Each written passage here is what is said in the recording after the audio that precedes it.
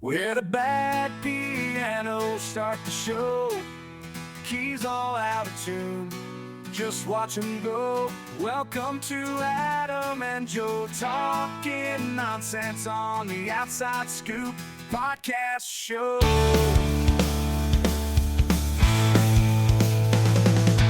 Welcome to the Outside Scoop. With me, Joe. And I, Adam. Hello. Right. Hello. Hello. Hi. Right, today... What are we talking about, Adam? Today, I would like to talk about motorbikes. Motorbikes. I would like to talk about bikes today. You do like a motorbike, Because don't you? I've been quite passionate about fishing, as spoken briefly about, or the start of, in the previous episode. I've glittered over the fact that I've had a little bit to do with boats and sailing. And there's been other hobbies sprinkled throughout, but motorbikes, you could say it's a bit of an addiction. Never had enough money, really, for motorbikes. Yeah. But that hasn't stopped me. Hang on. Go on. Never had enough money for motorbikes. Yeah. How many motorbikes have you got? Right. Personally. Personally. You got shares in other bikes, I think. Wow, yeah. I've got three bikes in England. Yeah. I've got a BMW R850, a Suzuki RF600 that's currently being rebuilt on Down the Barn. Down the Barn. That's a video series that you can watch. There's only one episode at this point, but there are more coming. I've got a Honda CG125, and then in France, I've got a Kawasaki ZZR 1100 and a Suzuki GSXR 750 SRAD, which is my track bike. None of this means anything to me. No, it doesn't mean anything to you. These are just numbers, letters. In the family collection at the moment, we have... so we've got my bikes there. We've then got a Yamaha FZR 750, I think it is, like an 80s one. We've got my brother's GSXR. We've got my dad's GSXR. We've got... Oh my God, I know we've got more. I can't think of what they are at the minute. Track bikes? Yeah, they were. Scrambling We've got more bikes. bikes, anyway. How many in total? I think there's 15 bikes. 15 bikes. So you never have any money for bikes, or you don't have any money because of bikes. I think it might be the latter. I think it might be I don't have any money because of bikes. Oh, so the bike history. We'll go through the bike history, shall we? I've had my first bike was a scooter bought for me by my dad. That was a Peugeot Zephyr, I think it was, that was absolutely wrecked, and I didn't do any favours to it. Then I had a Husqvarna WRE125, which I don't have many regrets in life, but I regret selling that. It's one of the things in life that I wish I still had. Yeah. Then I had a Yamaha Thundercat. Then I sold that and went into boats for a bit. Mm-hmm. That was fun. That was, if you think motorbikes and cars are expensive, buy a boat. Yeah. And then you'll know what expense is. A lot of boats is spending money on nothing, mooring fees and crap like that. Yeah. And then it wasn't until I was living in France, up the road from my mum and dad, that we just basically decided to get back into it. My dad picked up a Honda VTR. It's Firestorm, Honda VTR Firestorm 1000, which was just an animal of a motorbike. It had a 1000cc V-twin, and it wasn't particularly fast, but my God, at the 40s and 50s, it was a torquey monster. I at the time bought a Suzuki GSXR 600 SRAD, and we burnt our way around eastern France for a bit, getting in trouble. running from the police a few times. Genuinely happened. We came roaring down the road once, absolutely just, you know, being yobs. Yeah. Got to the end of this road and there was 4 gendarme vans. No, the gendarme. 4 police vans. And I was always behind my dad. I'm not as fast as my dad. And he came out the other way, just spinning and flashing, spinning his hand, flashing his lights. And I got down there and I saw the glimmer of a van. I went, no, stop, anchored up, spun it round quick and pinned it. Pinned it the other way as fast as we could go. That was fun. And this is in the Champagne region, isn't it? Yeah, we're not going to be too specific about No, it. we're not going to. No. France is a big place. France is a big place. Yeah, but that's the area that it was. We had great fun doing that. Then another little break in between. I came back to England. We sold the motorbikes. Didn't think much of it for a few years, and then this is where sometimes it just takes a few bites of the cake to become addicted. We went to British Superbikes at Brands Hatch in 2018. Yeah. My brother paid for my mum and dad to go, Yeah. and we all thought, well, let's all go. Let's make a family day of it, shall we? And at this British Superbike meet was one of the big bike dealerships, not the main dealers. That they were second hand and new bikes, but they do lots of different bikes. And what they do is they bring like 10 bikes with them to show them off. Go, this is the kind of stock we have. If you want a bike, let us know. And on their display was a 2009 Suzuki Hayabusa in pearlescent white with blue designs on it, blue graphics. Totally standard except for heated grips and Yoshimura exhaust cans, end cans on it. And I looked at it and I was with my wife and I went, if I was to get back into biking, you know, that would be the bike that I would buy. Didn't think anything of it. It was basically a quick brief thought and then gone. Now, this is sad, but a few weeks later, my brother split up with his partner at the time. And in the consolation process of looking after my brother, I said to him, what do you want to do? You're down at the minute. Let's show you how good life is. Life isn't just about the women you've split up with. Let's find things to do. Let's find the things, the love of life.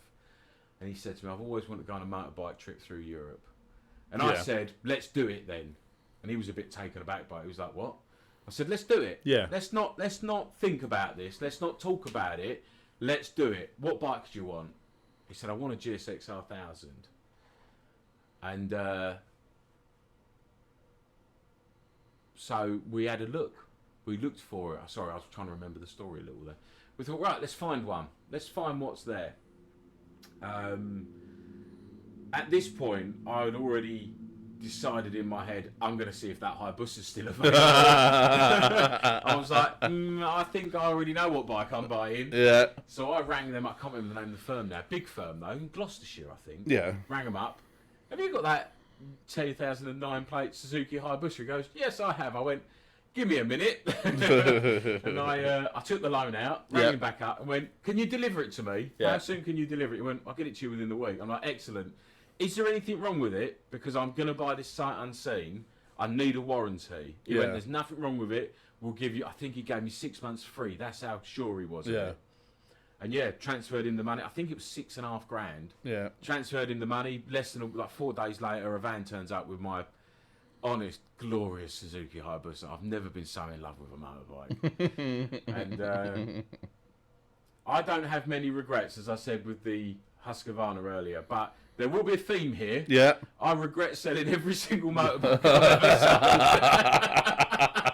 sold. Every single motorbike I've ever sold, I regret selling. That's why I've got so many now, because I won't sell them anymore. I mean, I've got this Honda CG125 that I'm thinking about selling, and even then I'm like, oh, do I want to know? So, with my brother's bike, I was in the fortunate position that we had a few quid at the time.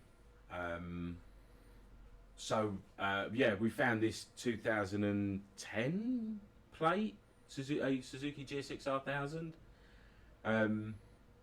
My brother got a loan for half the money, and I lent him the other half.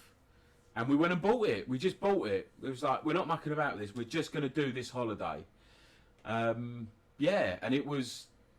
The build-up to the holiday was just insane. It was so exciting, because none of us had ever done anything like this before. And it was me, my brother Sam, and my sister Rachel.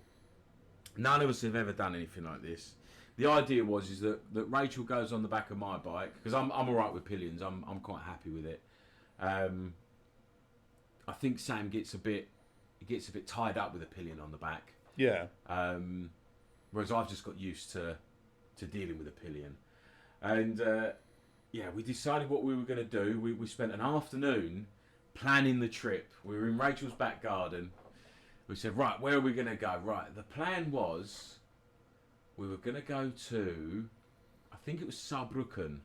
Yeah. Which is West Germany. Mm-hmm. And then from Saarbrücken, we were going to go to... Oh, now, where was it? We wanted to do the B500 in the Black Forest. That was the main aim of this trip. Yeah. We wanted to do the B500, mainly because we'd watched a YouTube channel called 44 Teeth do it. They took Italian superbikes down the B500 into Italy. I mean, it just... Oh, my God. If you know motorbikes, it was just the trip. Yeah. It was just the trip. You won't understand this. You've got no passion for bikes. And honestly, for us to go to the B500 was like Jerusalem. Yeah. You know. So the idea was B500, Saarbrücken, B500, somewhere in Switzerland or South Germany, and then to Lyon, I think.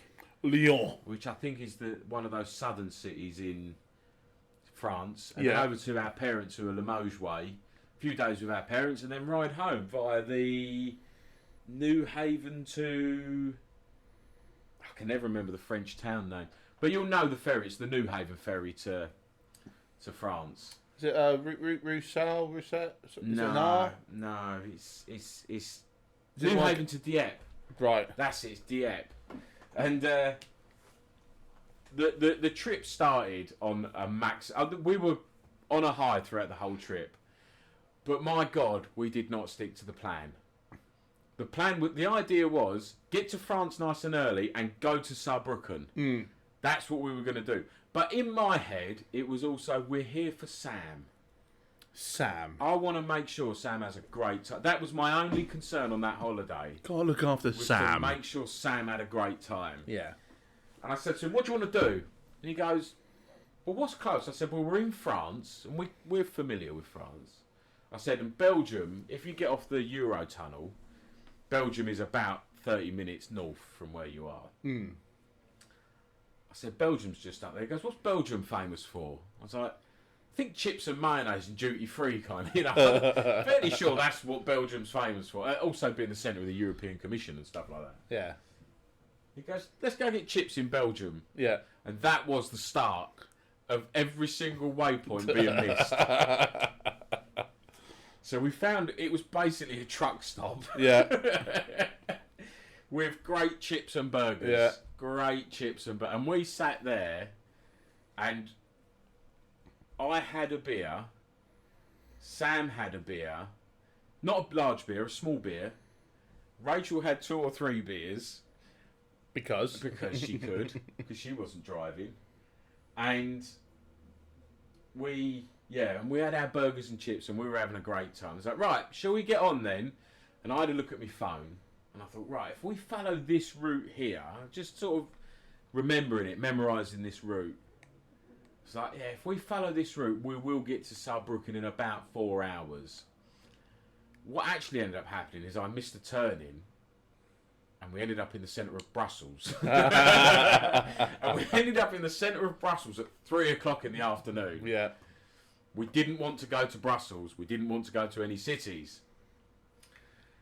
So we've taken this, what felt like a main road, to the centre of Brussels, and now we're sitting in traffic on a GSXR 1000 and a Suzuki Hayabusa in 30-degree heat in all of our bike gear. Yeah. hot as anything. Nice. Hot as anything. And anyway, we're sitting in traffic, and I'm looking at Sam, and Sam's looking at me, and I just know what Rachel's feeling at this point. And this Belgian copper on a motorbike comes over, and we've never dealt with we've never really dealt with foreign police officers. Yeah. This Belgian copper comes over on this Honda, I think it was a Honda Pan-European, and he looks at me and he goes, "Where are you going?" And I said, "Saarbrücken." And he went, "You what? Where?" "In Belgium." I said, "Saarbrücken." And he went, "You're in Brussels." I said, "I know, we're lost." And he went, "Follow me." Yeah. Right? And he blue lighted us out of Brussels. Did he? I'm not joking. We don't want you filthy Englishmen We don't here. want you English gets it. He blue lighted us out. He said, "Follow me. Yeah. Keep up." That was his words. Really? And he put the siren on, put the blue lights on, and just pinned it. Oh, I didn't know that. That's cool. Did I never tell you that? That's cool. He pinned it, and for 20 minutes, we were doing 70 mile an hour through the middle of Brussels. Honestly, and me and Sam were like, "This is what's going on? Why are we being blue lighted out of Brussels?" It was the most exhilarating thing I've ever done. Well, one of them anyway. One of them. It was so like. Sounds cool. You couldn't book it. You couldn't arrange it. No, this copper blue lighted us out. He said, "Follow me. Keep up." Come with me if you want to live. Exactly. And he got us out and he said, "Follow." And he took us to. He didn't just get us out of Brussels. He took us to the road we needed to go to. Yeah. And then shouted at me, "Follow this road for 20 miles and then you'll see a sign." And he weren't wrong. Yeah. But we were so far off of target. We were so far out of time. We ended up finding an amazing old. What's it called? Castle, hotel that had been turned castle that had been turned into a hotel. What a stay that was! This 200 or 300 year old castle we stayed in for no money because it was last minute. We were staying in like the outhouse, you know, the servants, because we needed a 3-bedroom room, like a 3-bed room. We stayed in this and we found a Belgian kebab shop, which was incredible. It was great fun. We rode our motorbikes down there, got some dinner, came back, had a few drinks, and just had so much fun. And and then the next day we went from wherever it was in the middle of Belgium into Germany, down the B500, and then stopped in an old style hotel that we're fairly sure was a swingers hotel in a place in southern Germany called, I'm going to say it wrong, but I think it was Tensanwangen. That's what it looked like. We went there because it was wagon, or Wangen. Right. It's basically Wang. Yeah. And that was an incredible day of just solid riding. Ride. And then the B500 was an amazing bit. Sam nearly pooped himself at one point because before the B500, we decided to have an ice cream and a litre of milkshake. Oh, no. And we did the B500 and Sam was like, "Oh, I need the toilet now."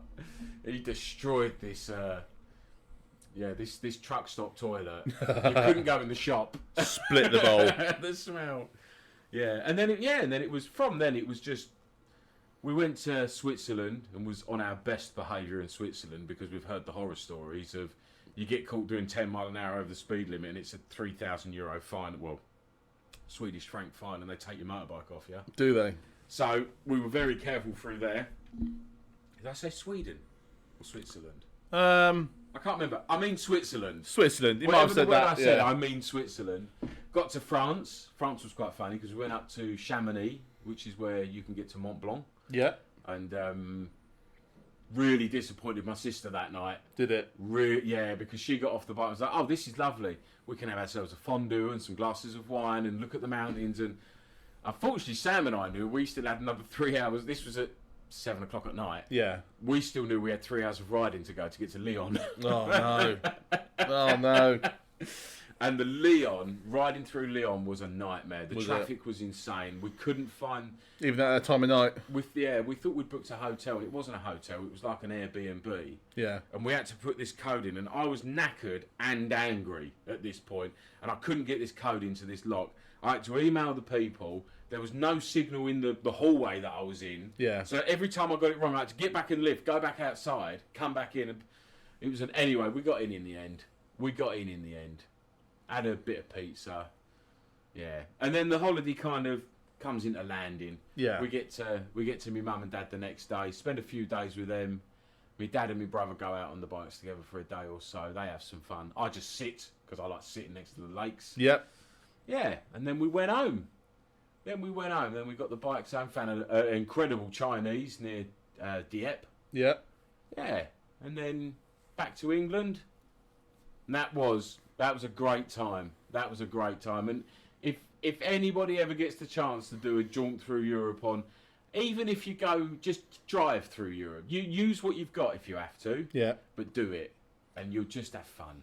Yeah. Stay off the motorways as much. You won't always be able to stay off the motorways, but try and stay off the motorways, and you'll have fun. You can't not. Yeah. You can't not have fun.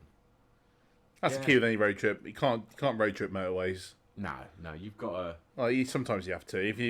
If you're thinking you need to get somewhere quick, or sometimes you've got to be in a hotel somewhere. But or you just got a section of nothing's going on there. Yeah. Let's just knock off 50, 60 miles on the motorway. Like if I was to do it again, I wouldn't go any fun roads to get to the B500.